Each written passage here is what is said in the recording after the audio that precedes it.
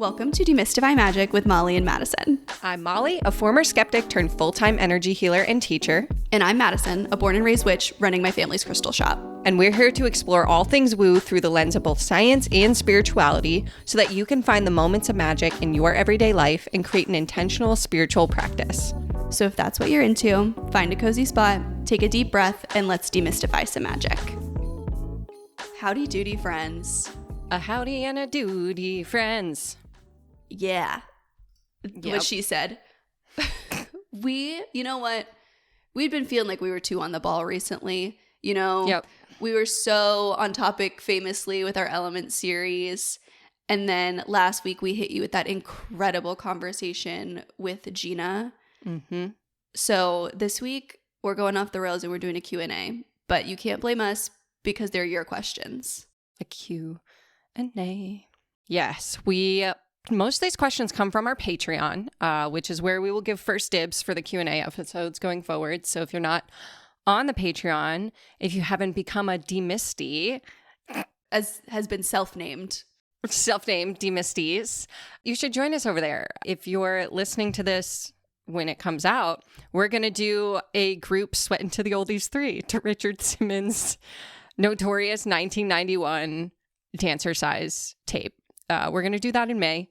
And so if you join us now, you can join us live and have a silly, goofy time with us. We have a book club over there. We have a couple group chats. It's really silly and it's very fun. And also we have a bonus pod over there that you can binge right now. Yeah, there's like 4 episodes so far. Mm-hmm. Mm-hmm. 1 episode per month is promised, but sometimes we do get just a little excited and record an extra one. So 1 episode per month at least. At least, yes. And all the tiers get you the same benefits. So you can pay what you want, pay what you can, support the pod. We love you, and we can't wait to see you over there. Before we get into these questions, though, yeah, Molly, what was your magic moment this week? My magic moment is I have an office. Beep, beep, beep, beep, beep, beep. For those of you just tuning into the pod, I moved out of my last house the beginning of November, specifically because one of the reasons why is I had outgrown my office. Like I was in a very tiny 10 by 10 room that did not have air conditioning, could not have air conditioning because of the way the windows were set up. And last summer, if you listen to any of the episodes from last summer, I'm just literally melting in all of them. Every single one of them. I just have like beet red face because it's 93 degrees in my office. Yeah, if Molly sounds really angry last summer, that's why. Had a lot of excess fire element going on. And so we decided, we thought about doing a big renovation, and then we're like, that sounds like a pain in the ass, so we moved. So this has been a long time coming. We moved in November. The space that I'm occupying as my office was an unfinished space that I was told would be done by the end of the year. Mm-hmm. It is the end of April, and it's functional. It's functional. I'm not going to say it's done because it still doesn't have heat, but it's functional for this time of year. I just feel like a renewed sense of motivation and energy. Like, I know we always talk about how the energy in your environment really impacts you and your energy, right? Like, you know, the energy in nature impacts you and the energy in your space impacts you. And that's really where like the birth of mundane magic came from. But I did not realize how impacted I was. Like I literally a couple weeks ago, I was like, do I hate my job? Do I want to burn it down? Is everything bad? And then I got in my office and I was like, oh no, I don't hate my job. I hate doing it from the kitchen counter while the dogs are barking. Mm-hmm.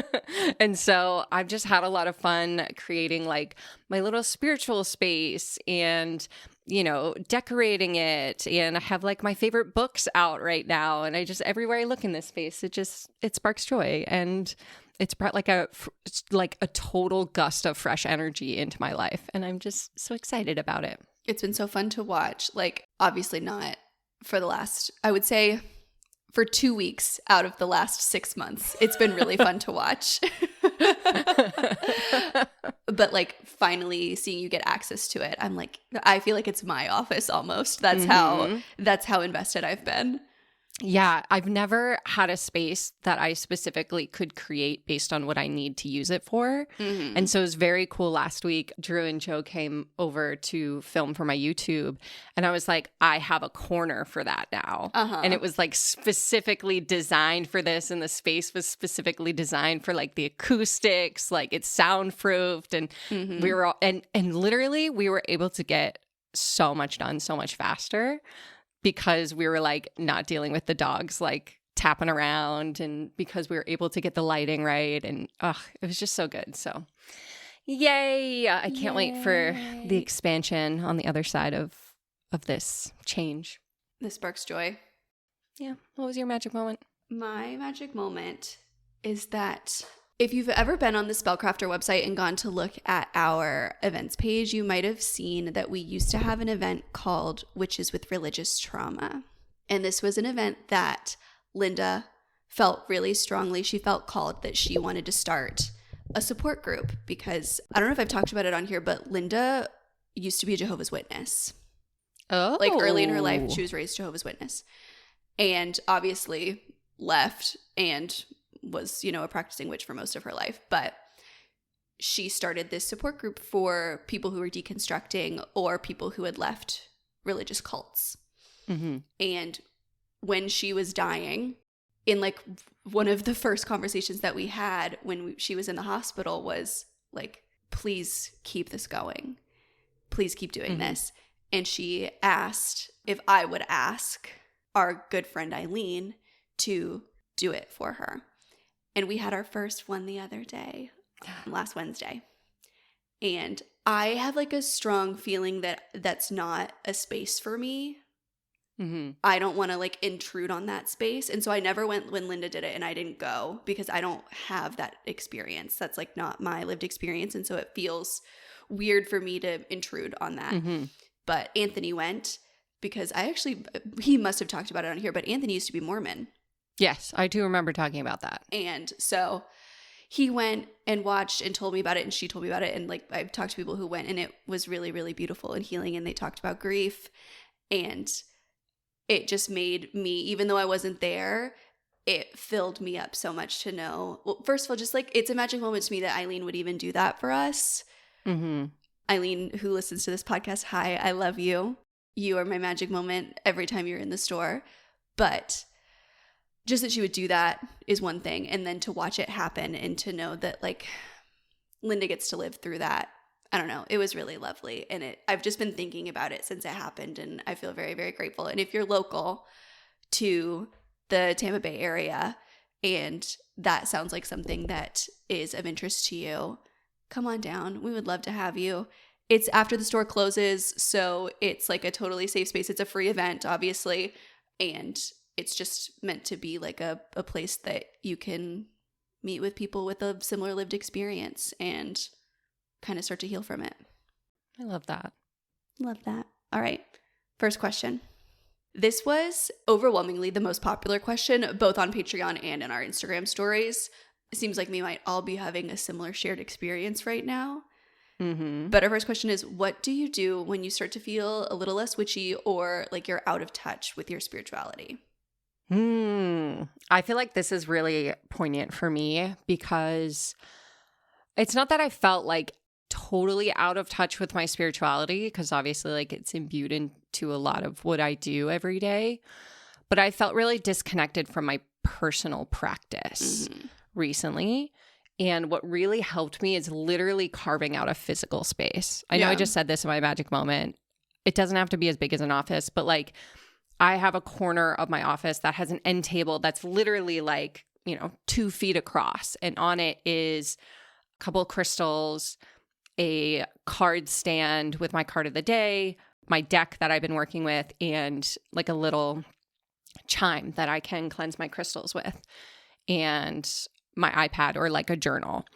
And I just sit there first thing in the morning while I drink my coffee and just piddle with my practice. It's my piddle with my practice time. It's a practice piddle. It's a practice piddle. That's also what they call potty training. Oh, perfect. No, not really. I made that up. Unless you do. Oh my God, if you do, tell me. But I sit there, I literally, I drink my coffee every morning and I sit there, and some days I do, all the things. I journal and I meditate and I pull a card and I connect with my crystals and I cleanse my space and blah, blah, blah. And some days all I do is I hold a crystal while I drink my coffee. But everything is there for me. And it's a space that I go to every day because I always drink my coffee. We know this about me.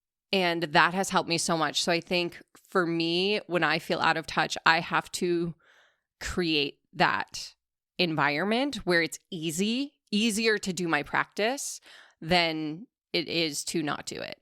Mm-hmm. And for me, that's always about like space and combining being in that space with a routine that I never neglect. So like if you always drink coffee, you always drink tea, or maybe it's your skincare, you never skip your skincare. Maybe you keep a deck or some crystals by your skincare, or you make a skincare altar, or, if cooking dinner is something you never skip, first of all, please come to my house and cook for me, because that is the habit that I am so bad at keeping.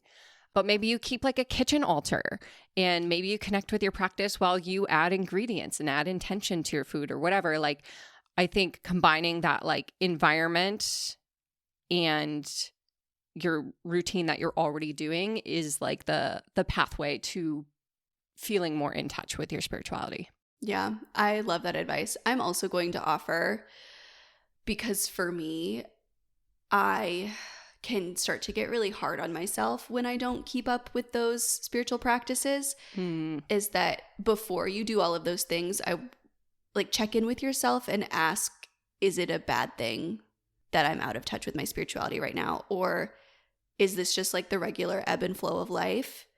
And can I be okay with that right now? Because I'll be honest, like for the last 2.5 months, my spiritual practice has really suffered through my grief.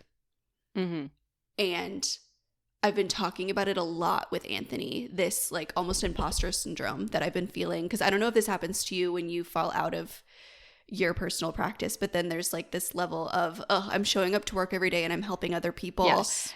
And I'm such a fake, like I'm a fraud. That because I'm not doing these things in my everyday life like I usually do, or like I used to. And I would really offer the idea that these things are not meant to be perfect all the time, and that your identity is not dependent on your everyday action. You can still be a witch, you can still be a spiritual person and be in a phase of life where it's not super evident. Yes. And so yes to all the things, like when you're ready to get back into it. This isn't to say that like, oh, you can put your stuff down forever and like don't care, whatever, it's fine. Because I know that like there does come a point where that energy starts to come back and it's hard to bridge the gap. But if you're at the beginning of that feeling or you're in the thick of it, that's also okay. Yeah. I'm listening to an audiobook right now. It's called The Perfectionist's Guide to Losing Control. And it is by Catherine Morgan Schaffler. And it's basically about how perfectionism, oftentimes we see it as like a negative, and we see it as an all or nothing. Like, if I'm not perfect, I'm not a perfectionist, right? Or if I am a perfectionist, that's bad. But she posits that there's actually multiple different types of perfectionists. So there's like, I'm a messy perfectionist where I take action very quickly while I'm excited. But as that excitement, piddles out, I don't follow through or I don't follow up on things. Or there's like the Parisian perfectionist, which is like kind of like the people pleaser. And then there's, there's other forms of perfectionist, whatever. My thing that I was thinking of is, as I was listening to it this morning on my run, is I think so much of the reason why we fall out of touch with our practice is because of these like perfectionist tendencies that we are fighting against rather than making friends with. For sure. Also, I'm definitely also a messy perfectionist. Yes. Yeah, you are. Yeah, you are. But if that resonates with you at all, I highly recommend checking out that book, because I've listened to like 2 hours of it, which I think is probably like 20% of it. And I already feel like I'm approaching my practice differently. So ooh, Ooh, I'll If have you to want to see a whole, download. yeah, if you want to see a whole episode about this book, don't threaten me with a good time. All right, next. How do you incorporate your spiritual practices into your creative practices, such as art, writing, etc.? Okay. All right, here's number one. Whenever I have like a specific creative project, I always make a candle for it, or I designate a candle for it. I was just about to hold up my Spirit of Writing candle. Yeah, like when I was writing my book and my book proposal, I would burn the quantum jump candle from Spellcrafter. Link in the show notes. Highly recommend. Yeah, or I've been playing a lot of The Sims lately, and something I've been doing is I have a Sims candle. Tell me more.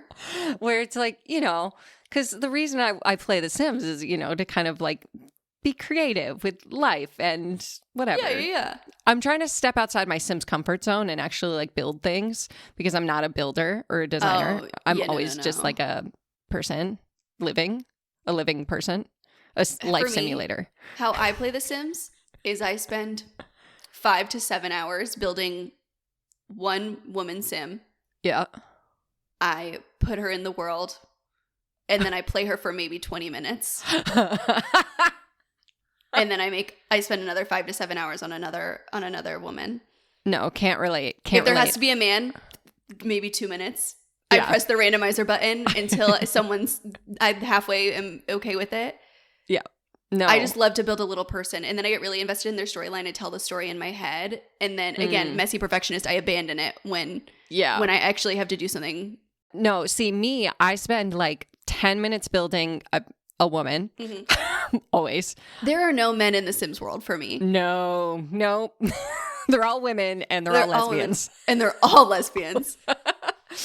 Straight people actually don't exist in The Sims. Yeah, I actually play The Sims to disassociate from the fact that men exist. I don't want to bring them into that world.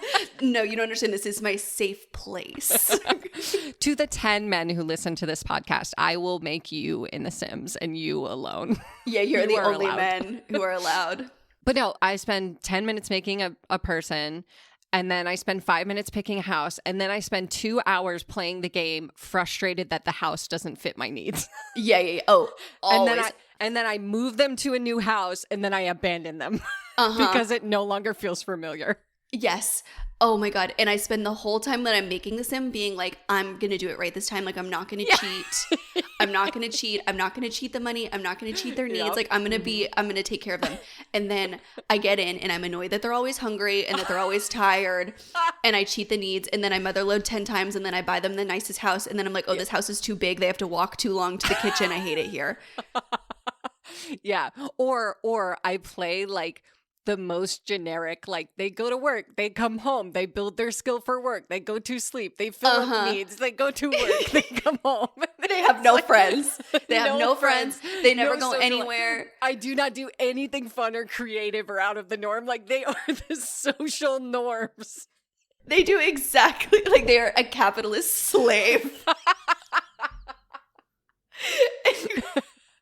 Anyways, I've been watching a lot of Sims playthroughs on YouTube while I play The Sims. I've got a double monitor now in my office, and so I can watch people play The Sims while I play The Sims. Wait, you know what we should do?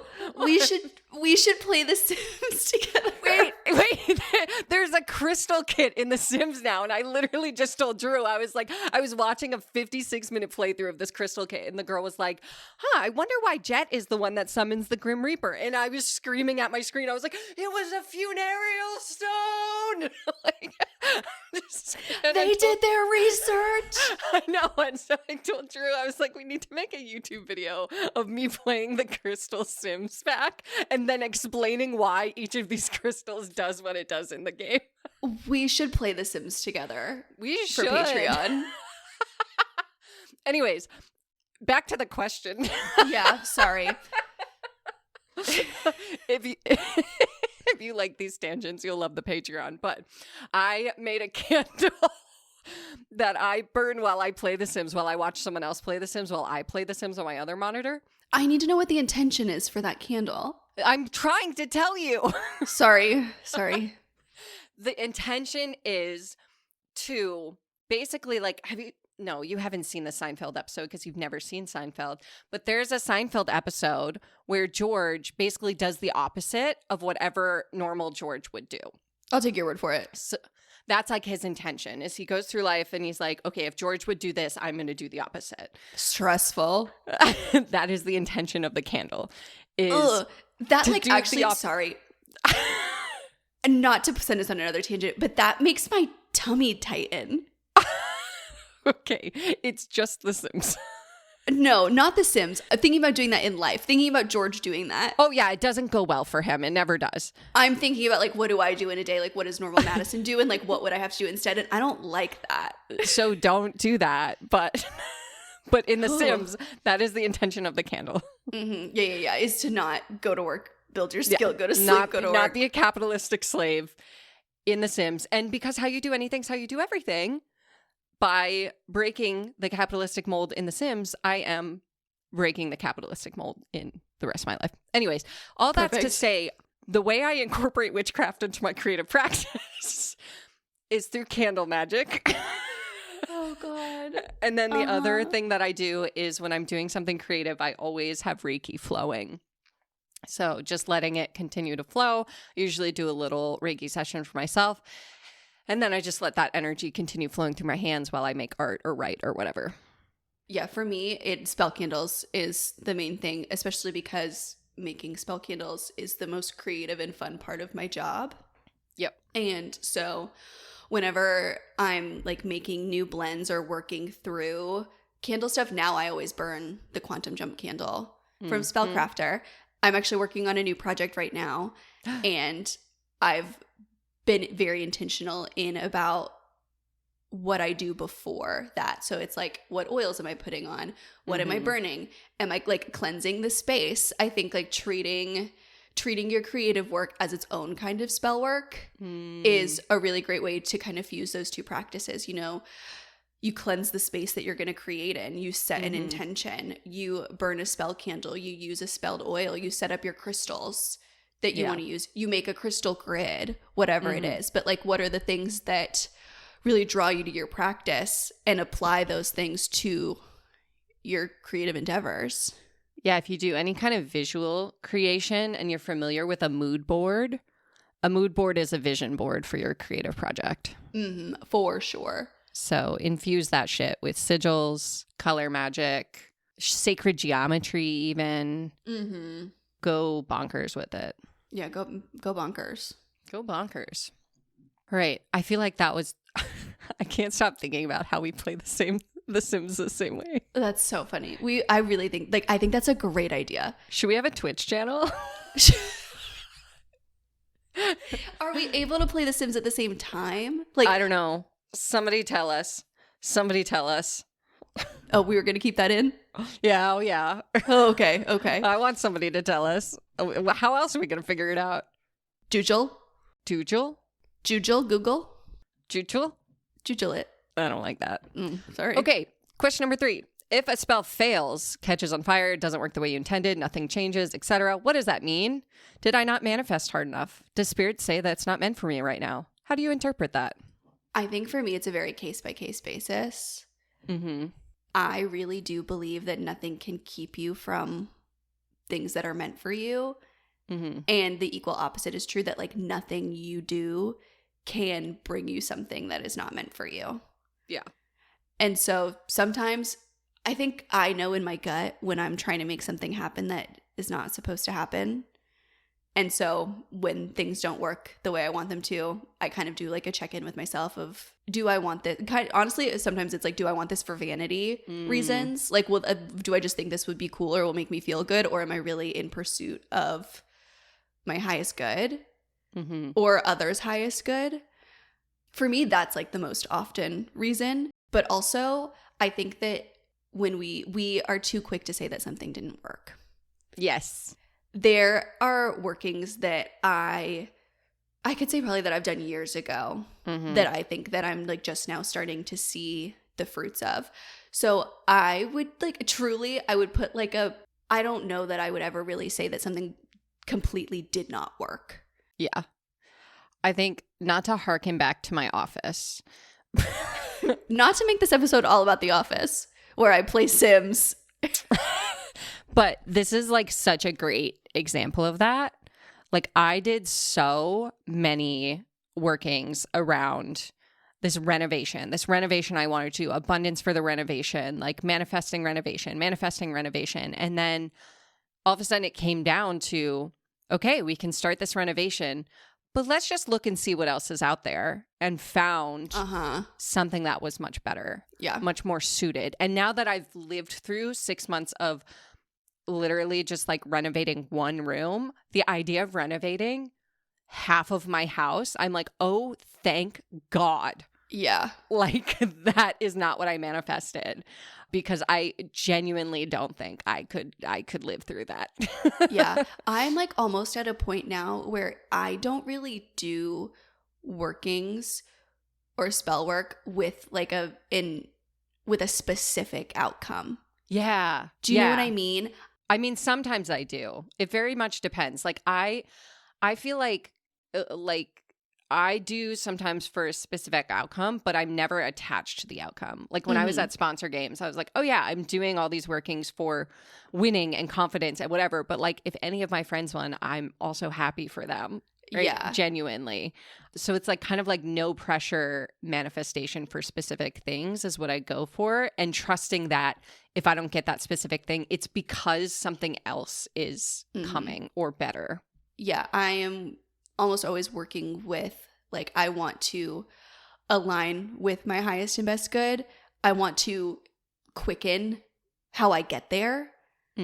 But what the result is, I am kind of open to whatever, because I found that I was really thinking about this morning of all the things that I've really thought that I wanted, and the things that crumbled, the moments that I really thought my life was like over.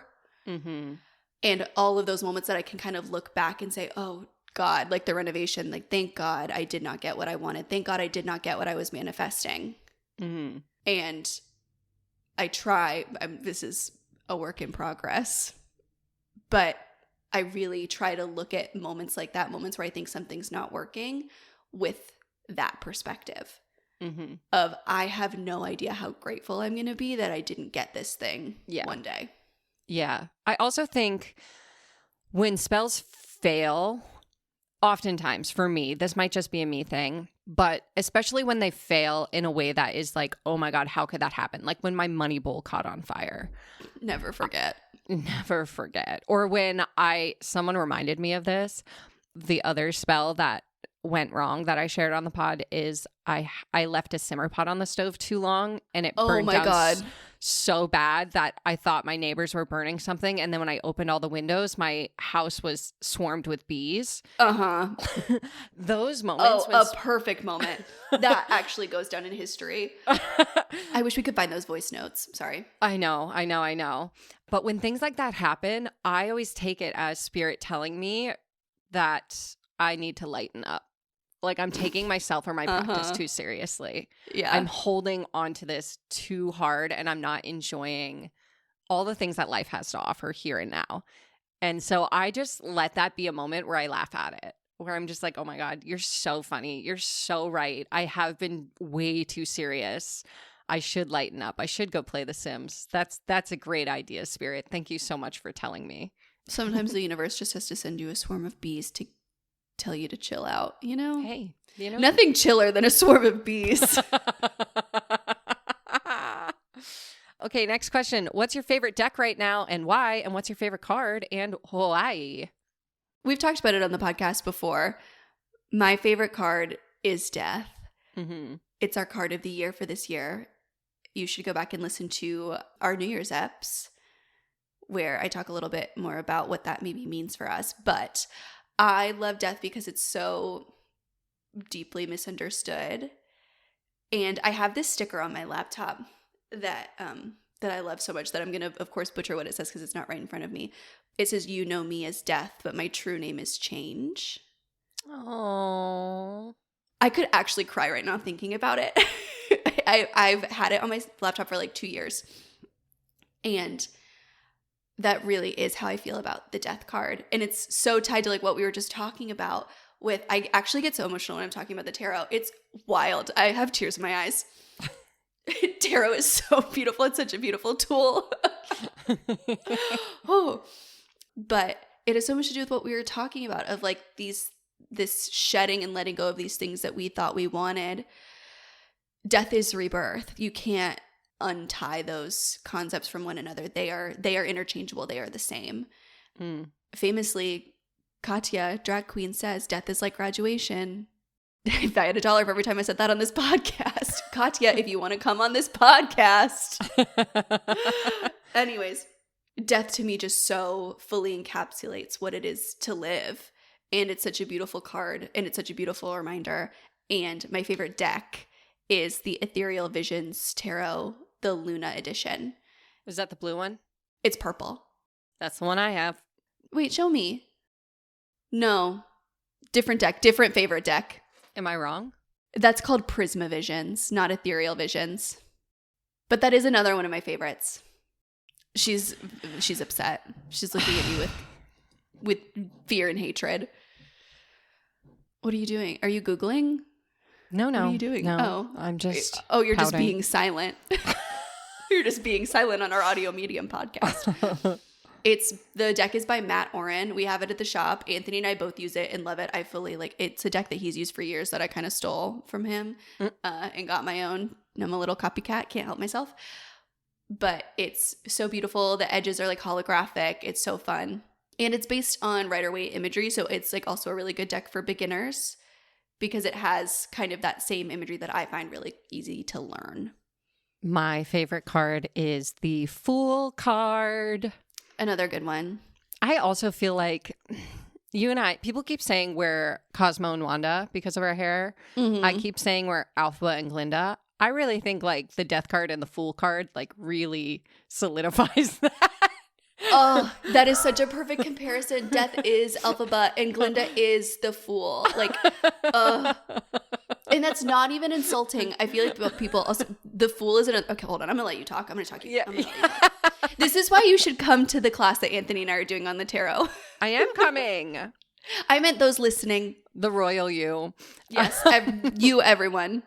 You, everyone. The link is in the show notes. I love the Fool card because it reminds me of the principle that we speak to in meditation all the time as the beginner's mind, where it's I can take whatever's in front of me and release my preconceived notions to it and just see it for what it is in this present moment and see it through this lens of optimism. Like the Fool is the start of the road trip. You're so excited. You've got your playlist ready. You're looking forward to it. Nobody's tired. Nobody's hungry yet. Yes. Like that is how I see the Fool is like the beginning and everything is bright and shiny and perfect. And what would it be like if we kept turning towards that Fool energy, kept turning towards that optimism, even when shit hits the fan? Mm-hmm. And I don't mean that in like a bypassing, negative things way. I mean that as like, can you see the grace within the grit? Can you see the compassion within the anger? Can you see that there are two sides to every experience? And can you sit in the middle of them rather than getting pulled towards the negative or pulled into, the love and light kind of bypassing positive and just be in this existence that there's duality of all things and that all things are possible and you can walk whatever path you want to in front of you. Like that's what I really see the Fool as. Totally. Like, can you feel the fear and do it anyways? Mm-hmm. I think what I love so much about the Fool is in the major arcana, it's called the Fool's Journey. Mm-hmm. And the idea is that, the first card is the Fool, the last card is the World. When you get to the World, it starts back over. And so it's not always that the Fool doesn't know what's coming. That's what makes the card so powerful is that the Fool does know and goes forward anyways. Yeah. Love it. What's your favorite deck? My favorite deck is the Moonstruck Crystals. All three of them, to be honest with you. She has an affirmations. She has an oracle. She has a tarot. They're freaking gorgeous. They are beautiful. Right now I've been working with the Oracle deck because that's the one that I neglect most often. So that's the one that's in my practice space. And I've really been enjoying it. But when I do read tarot for myself, the one that I always reach for is the Moonstruck crystals, because for me, I don't resonate with the Rider-Waite imagery, but I do know crystals really well. So I can figure out the meaning of the card based on the meaning of the crystal, or the symbology of the crystal, the colors that are associated, or even the shapes that were chosen for the crystals. And then whenever I do readings for other people, I use the affirmations card because I love it. Yeah, we carry both the tarot and the Oracle deck in both shops. We have for years. They're one of my favorites. And I need to add the affirmations deck. You do. It's so good. It's so good. I just bought the mini tarot deck too to keep when I travel. And it's that's fun. It's like half the size, but it's just as beautiful. Oh, cute. I love that. Yeah. So now I have them all. Next, do you ever work with plant spirits / what do you know about them? I specifically included this question so I could tell you guys about my friend. Kobe Michael, if you are interested in plant spirits, I would not say that I know very much about them.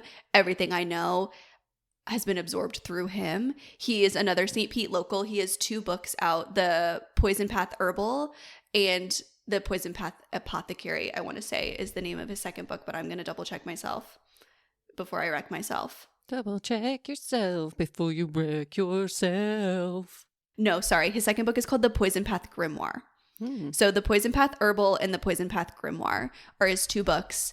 He also makes a ton of like oils and herbs, incense. We sell like smokables from him. He's amazing. And if you follow him on Instagram, The Poisoner's Apothecary, he's just a lovely human being. And I feel very lucky to have his stuff in the shop. He's working on an Oracle deck surrounding plant spirits. And he showed me some of the art that he's got going on.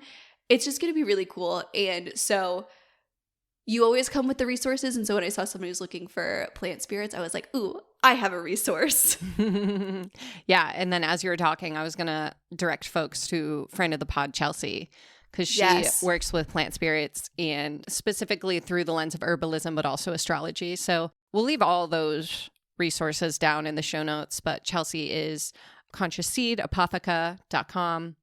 She's been a sponsor of the pod. She also has an episode with us from January that's all about astrology of this year. So check her out as well for plant magic. Yeah, that's a freebie, Chelsea. All right.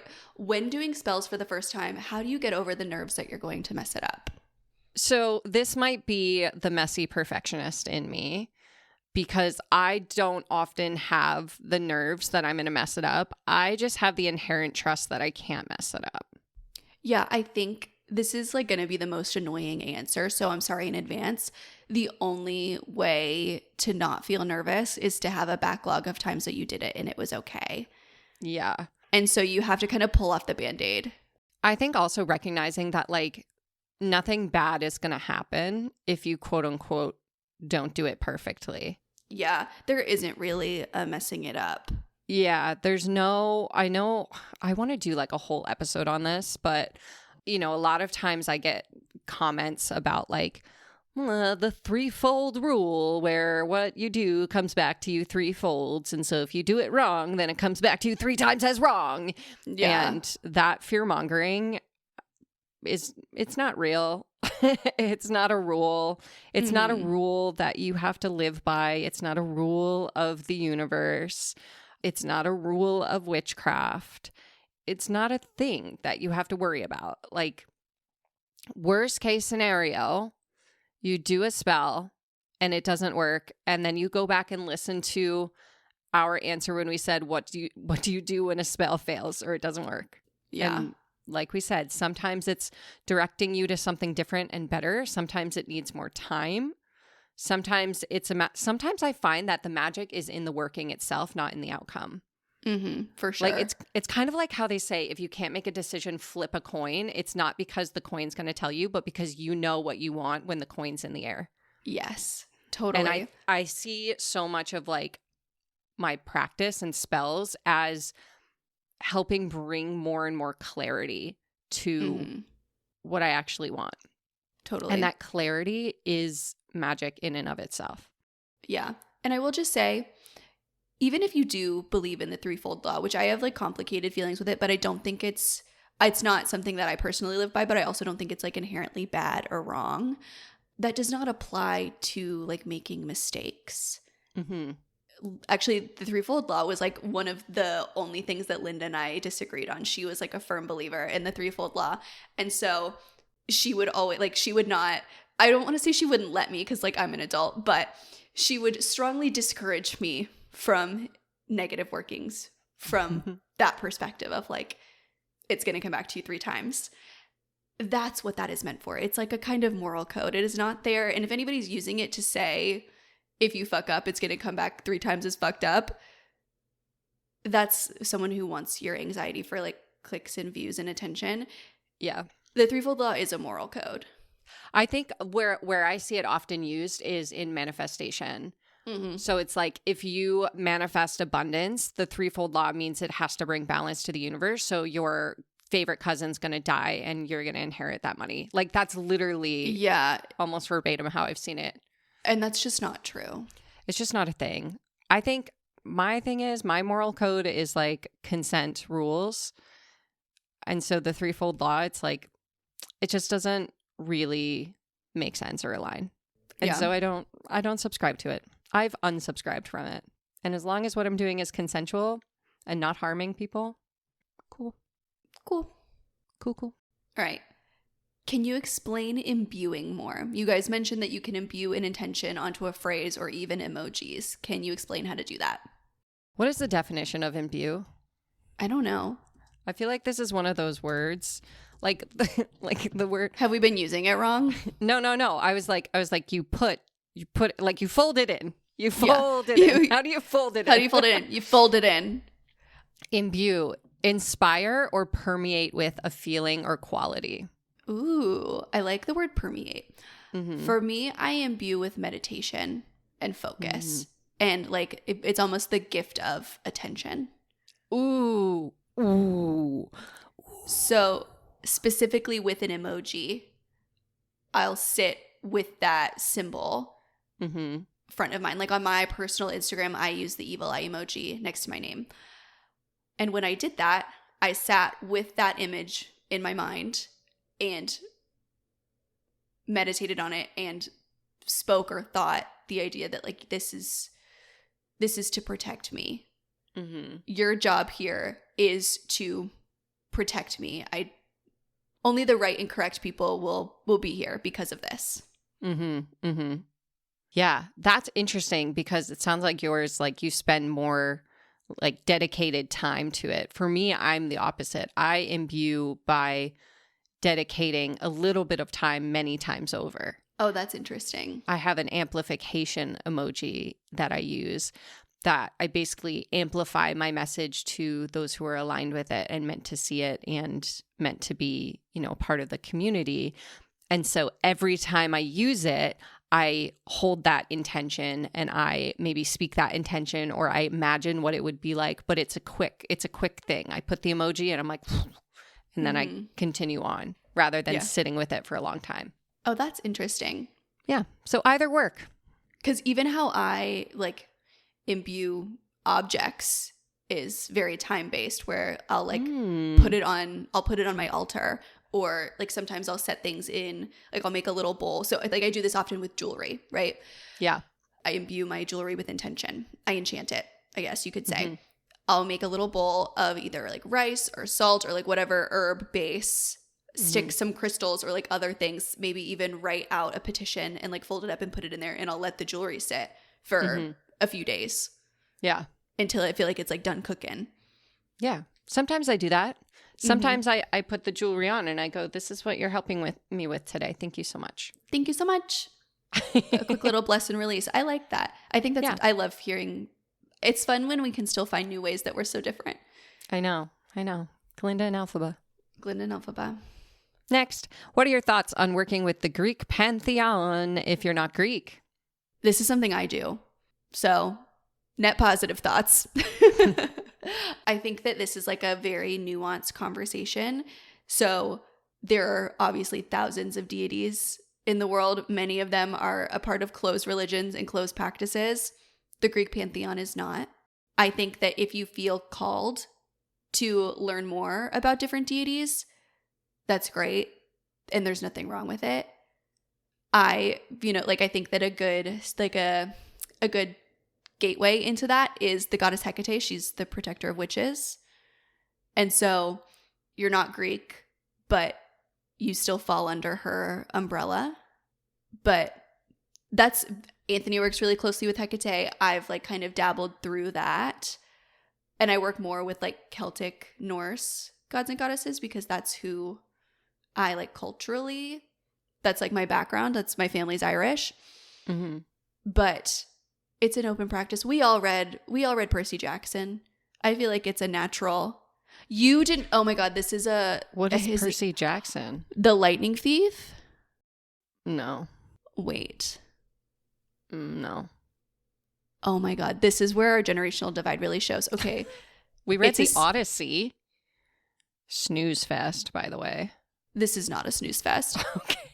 This was like before Hunger Games came out. Peak middle school reading assignment for like my age group. It's a series about a summer camp for kids of Greek gods and goddesses. They're called Half-Bloods. I've read Neon Gods, which is very different. Very different. Which is the adult version. Oh my God. No, it's so good. It's called Camp Half-Blood. Percy Jackson is the son of Poseidon. Spoiler alert. You find out very early in the first book. That's how I first became. I remember being a middle schooler reading that and being like, is that a thing I can do? Can I, like, are these something that I can worship? Wow. This is, I'm so glad that we asked this question. I feel like we're learning more about each other and the ways you guys are learning about different. Us. Yeah. When did the Lightning Thief come out? I must Google it. You have to remember, I read The Hunger Games for the first time last year. Yeah, that's true.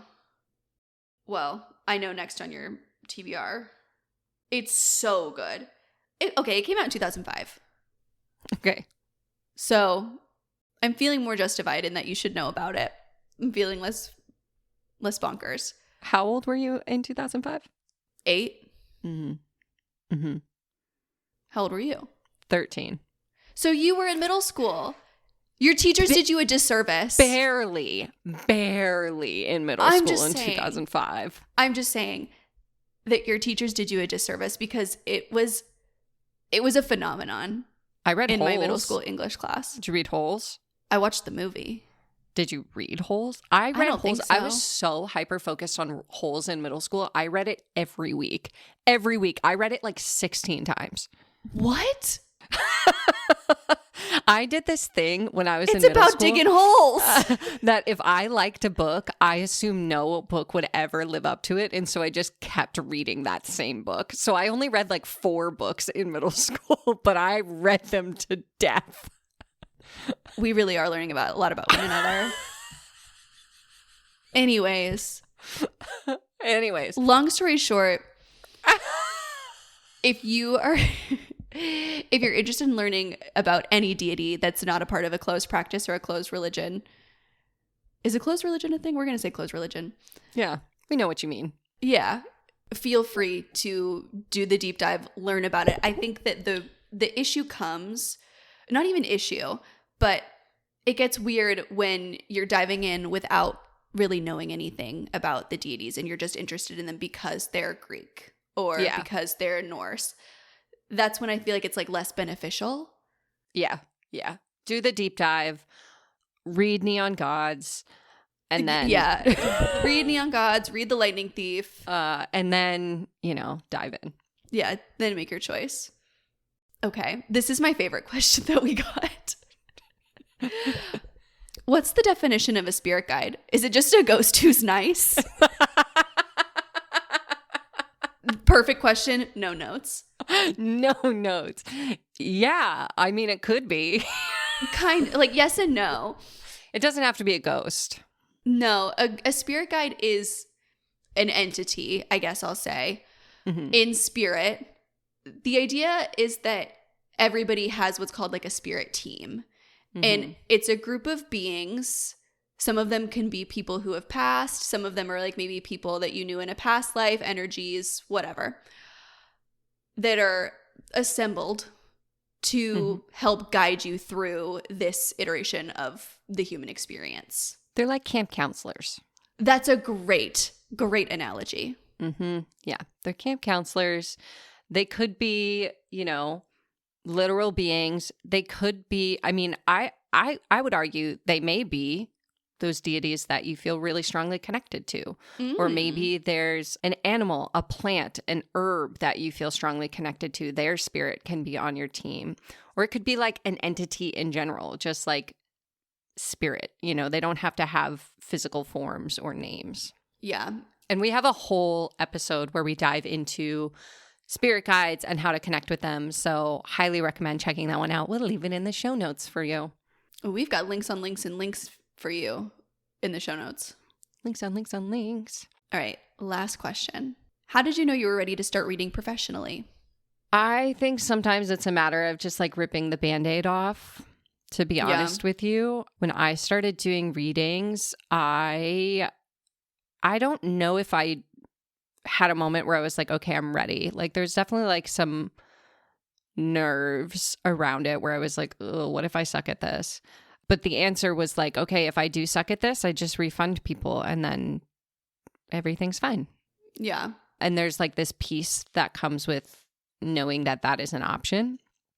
So I think for me, it came through as just like, it was something I couldn't stop thinking about, and not in an OCD way, because I do have intrusive thoughts that I can't think about, can't stop thinking about, but more so in like every time I thought about it, I was really excited about the potential of it. And I was really excited about the possibility of it. And that excitement, like I couldn't contain it anymore. It's kind of like when you hear your favorite song on the radio and you just like can't help but either like sing along or tap your toes or whatever. It was kind of that feeling for me.